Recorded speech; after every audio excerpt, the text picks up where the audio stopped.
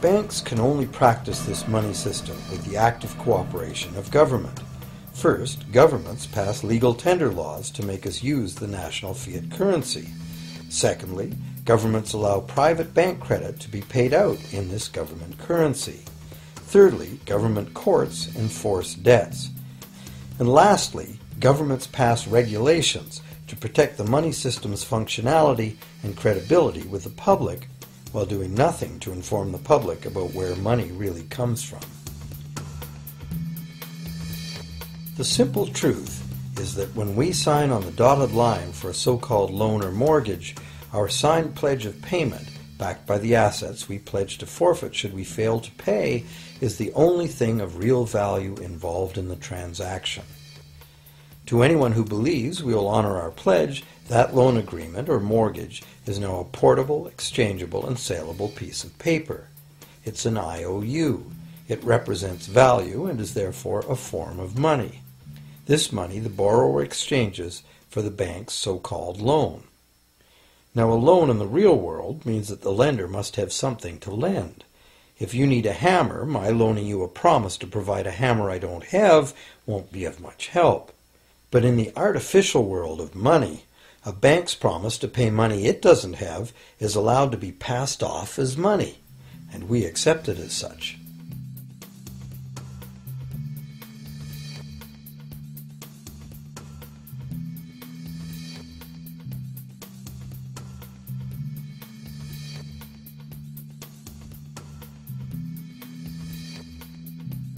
Once the borrower signs the pledge of debt, the bank then balances the transaction by creating, with a few keystrokes on a computer, a matching debt of the bank to the borrower.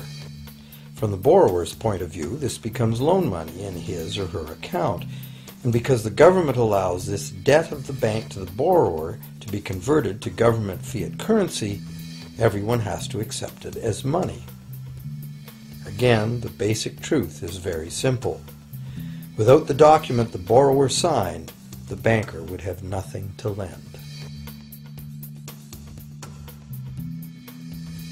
Have you ever wondered how everyone, governments, corporations, small businesses, families, can all be in debt at the same time and for such astronomical amounts?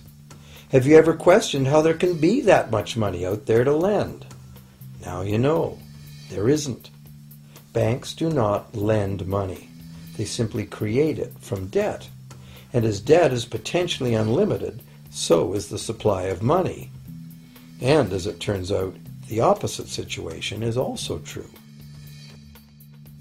Isn't it astounding that despite the incredible wealth of resources, innovation, and productivity that surrounds us, almost all of us, from governments to companies to individuals, are heavily in debt to bankers?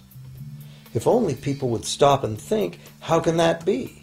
How can it be that the people who actually produce all the real wealth in the world are in debt to those who merely lend out the money that represents the wealth?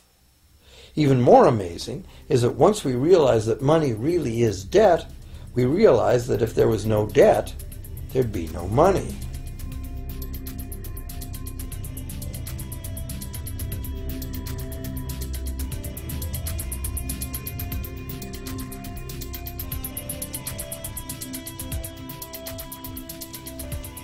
If this is news to you, you are not alone. Most people imagine that if all debts were paid off, the state of the economy would improve. It's certainly true on an individual level. Just as we have more money to spend when our loan payments are finished, we think that if everyone were out of debt, there would be more money to spend in general. But the truth is the exact opposite. There would be no money at all. There it is. We are totally dependent on continually renewed bank credit for there to be any money in existence. No loans, no money, which is what happened during the Great Depression. The money supply shrank drastically as the supply of loans dried up.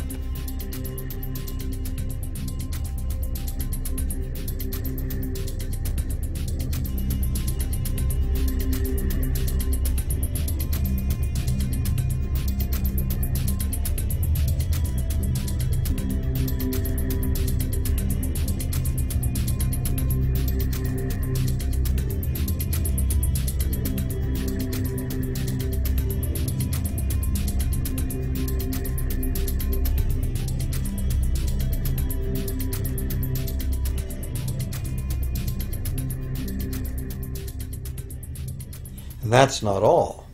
Banks create only the amount of the principal. They don't create the money to pay the interest. Where is that supposed to come from? The only place borrowers can go to obtain the money to pay interest is the general economy's overall money supply. But almost all that overall money supply has been created exactly the same way, as bank credit that has to be paid back with more than was created. So everywhere there are other borrowers in the same situation, frantically trying to obtain the money they need to pay back both principal and interest from a total money pool which contains only principal. It is clearly impossible for everyone to pay back the principal plus interest because the interest money doesn't exist. This can even be expressed by a simple mathematical formula. The big problem here is that for long-term loans such as mortgages and government debt, the total interest far exceeds the principal. So unless a lot of extra money is created to pay the interest, it means a very high proportion of foreclosures and a non-functioning economy. To maintain a functional society, the rate of foreclosure needs to be low. And so, to accomplish this, more and more new debt money has to be created to satisfy today's demands for money to service the previous debt. But of course, this just makes the total debt bigger, and that means more interest must ultimately be paid, resulting in an ever-escalating and inescapable spiral of mounting indebtedness.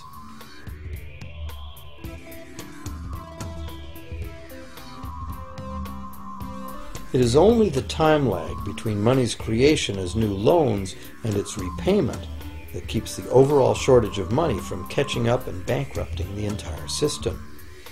However, as the bank's insatiable credit monster gets bigger and bigger, the need to create more and more debt money to feed it becomes increasingly urgent. Why are interest rates so low? Why do we get unsolicited credit cards in the mail? Why is the U.S. government spending faster than ever?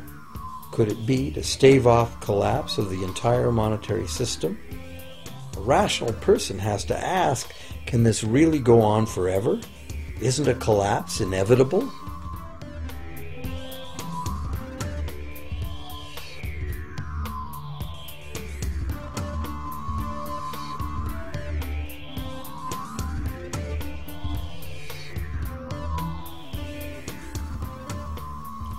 Money facilitates production and trade.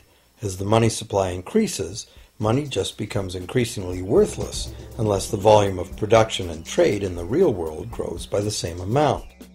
Add to this the realization that when we hear that the economy is growing at 3% per year, it sounds like a constant rate, but it's not. This year's 3% represents more real goods and services than last year's 3% because it's 3% of the new total. Instead of a straight line, as is naturally visualized from the words, it is really an exponential curve getting steeper and steeper. The problem, of course, is that perpetual growth of the real economy requires perpetually escalating use of real-world resources and energy.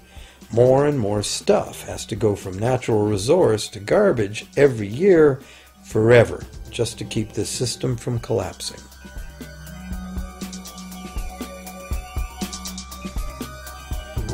What can we do about this downright scary